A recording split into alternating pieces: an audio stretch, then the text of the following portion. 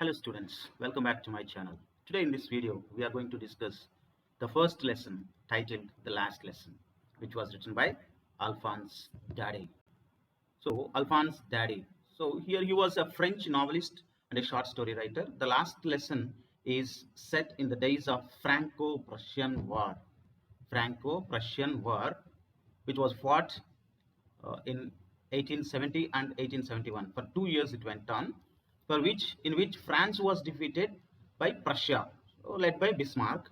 And in that, Prussia in those days consisted of what now we call the nations of Germany, Poland, and parts of Austria. See, in this Franco-Prussian War, actually France was defeated, and the districts of Alsace and Lorraine, these two districts or the provinces, went into the hands of Prussia. So automatically, when a country wins over another country, definitely they try to make some changes here. So they made some changes, and especially language change. Immediately, what was the announcement that the Prussians made was simply there should be no teaching of French. From tomorrow onwards, there should be only teaching of German. That's the main concept here that we are going to learn in this particular lesson. They made so many changes, but here especially language they have changed. So as a schoolboy or a small boy, Alphonse Daudet did not know about all these changes. Okay, regularly, just like how he goes to school, he started and he wanted to go to his school, but it was late. So I started for school very late that morning, and was in great dread of scolding, especially because M. Hamel. M. Hamel was his teacher. Okay, so he was already late, and that too he was very afraid of his teacher M. Hamel, because M. Hamel was very cranky.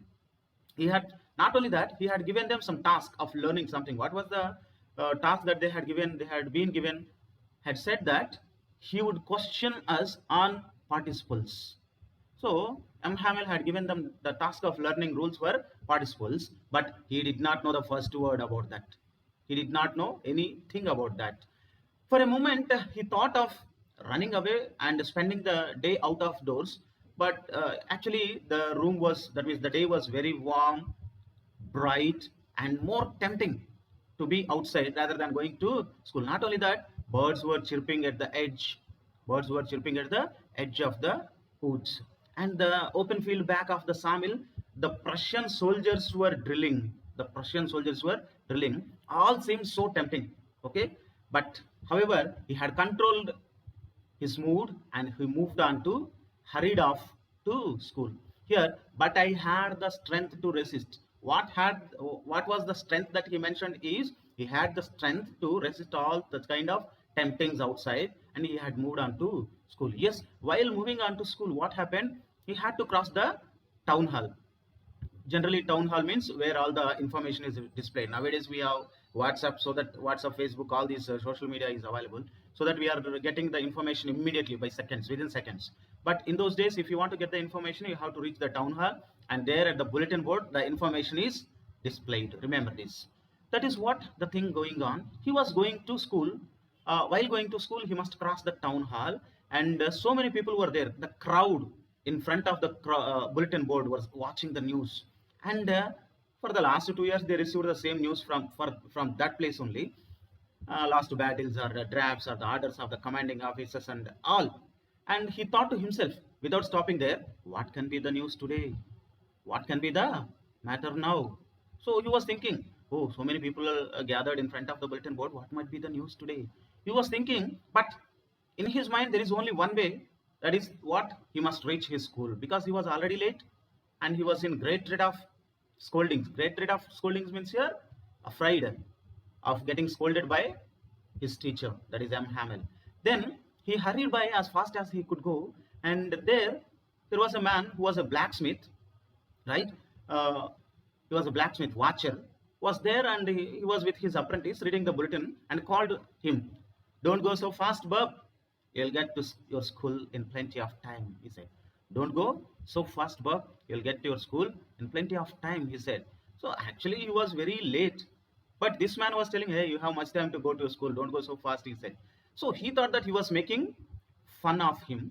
And then what happened? He rushed to school and he reached M. Hamel's little garden all out of breath. All out of breath means here, so rushed very fast. So he reached M. Hamel's little garden in the sense the school garden. He reached, and however, he reached the school.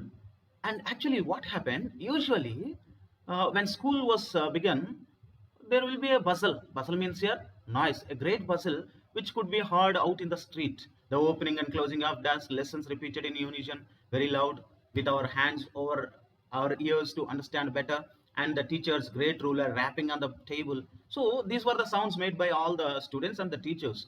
But now it was very calm, quiet. There was no such sound. And he had counted on the commotion. Commotion means here noise. Actually, he wanted to enter into the school or the classroom because of that noise and some hustle bustle. But here it is very silent.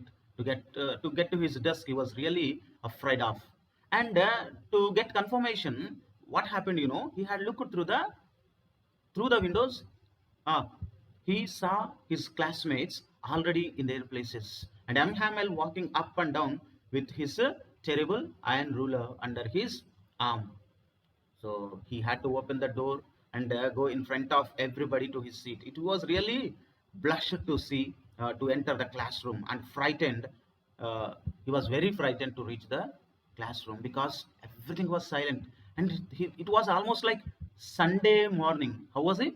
It was almost like Sunday morning. Even though it's not a holiday, it's like holiday. He could not understand why the silence. Okay, and because of the silence and the seriousness, he could not enter the class so easily. But however, he did and entered. He came to the classroom, and maybe he might have asked, "May I come in, sir?" or "Excuse me, sir." But nothing happened. But nothing happened. When he said, "Excuse me, sir, may I get in, sir?"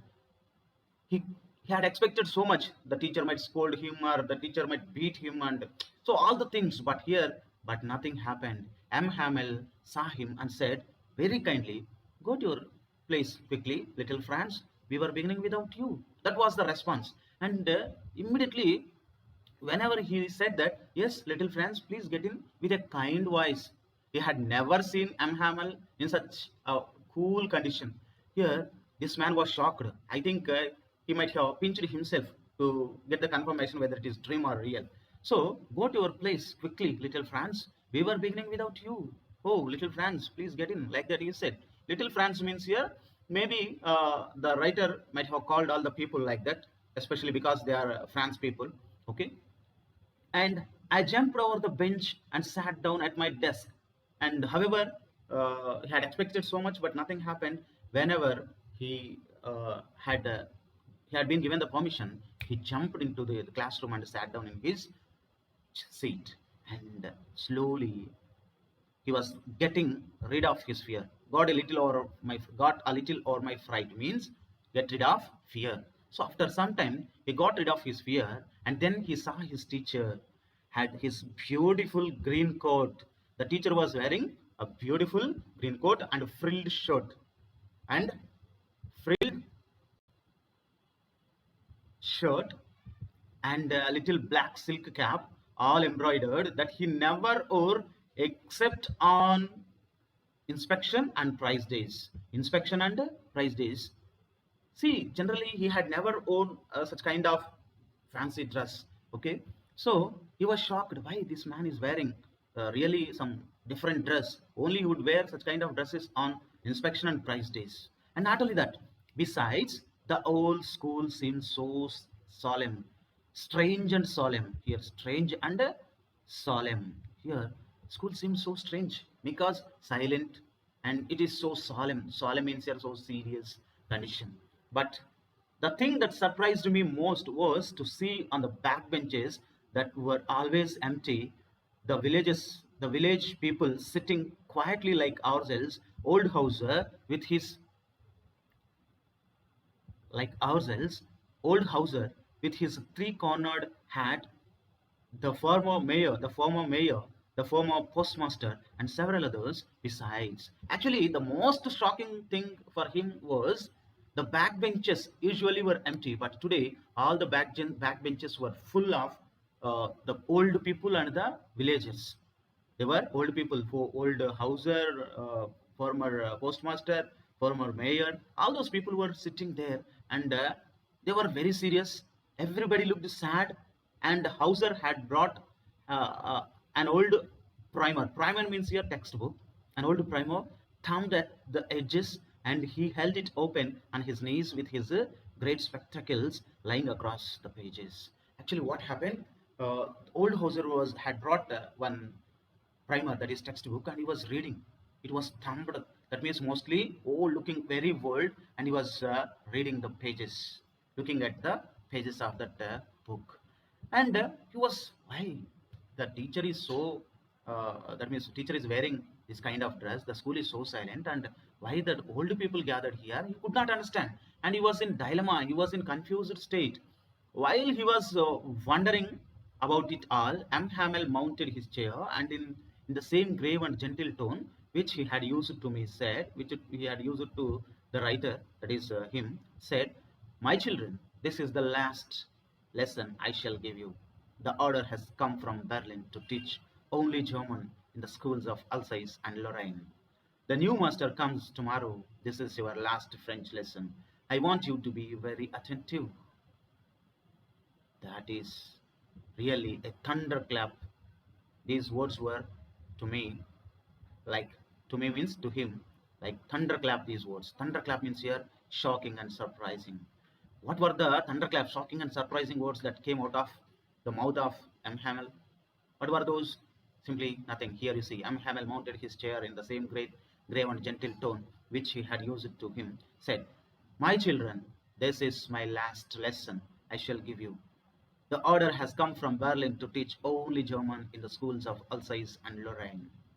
The new master comes tomorrow. This is your last French lesson. I want you to be very attentive." These were the words spoken by Hamel. That means already we discussed the two parts, Alsace and Lorraine, had been the parts of German, that means Prussia then, and then immediately they made so many changes. This is what another change, okay? And there should be only teaching of, only German should be taught in the schools of Alsace and Lorraine, and there should be no more teaching of French. The new master comes tomorrow to teach German. This is your last French lesson. I want you to be more attentive, very attentive. These were the words that were more shocking and surprising for the author. And the, oh, the wretches means here the poor people who are there at the bulletin board. That was what they had put up at the town hall. Okay, that might be the news at the town hall. "My last French lesson. Why, I hardly knew how to write. I should never learn any more. I must stop there. Then, oh, how sorry I was for not learning my lessons, for seeking birds' eggs, for going sliding on the sod. My books that had seemed such a nuisance a while ago, so heavy to carry. My grammar and my history of the saints were old friends now that I couldn't give up." And M. Hamel too. The idea that he was going away, that I should never see him again, made him forget all about his ruler and how cranky he was. Whenever the teacher had announced that the new teacher will come tomorrow and I'm going to teach you the last French class, he was really upset. Oh my God, my last French lesson. He was thinking, my last French lesson? Why? I hardly knew means I don't know anything. Hardly gives always negative meaning. So, how to write? I don't know how to write my French. And I should never learn anymore. Oh my God, this is shocking. He will never learn anymore. And he must stop there and then, right? Oh, how sorry. He was for not learning his lessons. He was feeling very sorry for not learning his lessons. For seeking board's eggs and going sliding on the Sar, just he skipped his classes. Just to catch board's eggs and slide on the Sar. Sar is a mountain or the hillside where he can slide, right? So just for sliding on the Sar and catching board's eggs, I skipped my class. I did not learn my French lesson, my mother tongue, my books. And here, my books here, that means the writer's books which he carried, that seemed nuisance a while ago. But now, whenever he heard the word from the teacher's mouth, he was feeling that so heavy to carry actually previously. But grammar and my history of the saints were old friends or old friends now. Until then, he felt them like nuisance to carry. But that means the attitude changed towards his French books, right? Now they were his old friends that I couldn't give up. Oh my God, how can I give up? And M. Hamel was also, see, he was very cranky. But what happened? Immediately when the teacher is going away, the thought gives somewhat heartbreaking situation, right? Here also for him, the thought that the teacher was going away from his school, it was shocking for him. And oh my God, I can't see him from tomorrow onwards. What is this? Even though he's very cranky, he's iron ruler and all, so he was feeling very sad about his teacher's position also. And poor man, it was in honor of this last lesson that he had put on his fine Sunday clothes. And now I understand why the old men of the village were sitting there in the back of the room. Now he was understanding one by one why the teacher was wearing the dress, uh, and why the villagers, old people, gathered at the classroom at the back, back of the room. It was because they were sorry too that they had not gone to school more. It was their way of thanking his master for his 40 years of faithful service. Remember this, 40 years of faithful service. How many years he worked there? M. Hamel, 40 years he worked there. And that is why they had come there to thank his master. At the same time, they were feeling sorry that they were about to lose their mother tongue, and shoot and of showing their respect for the country that was theirs no more. That was theirs no more means France, that is Alsace and Lorraine, were the parts of Austria now, Russia now. Okay, that is why they came. Okay, friends, here ends the first part. In the next part, we'll discuss the second part here from here. And if you like my video, please subscribe. Thank you.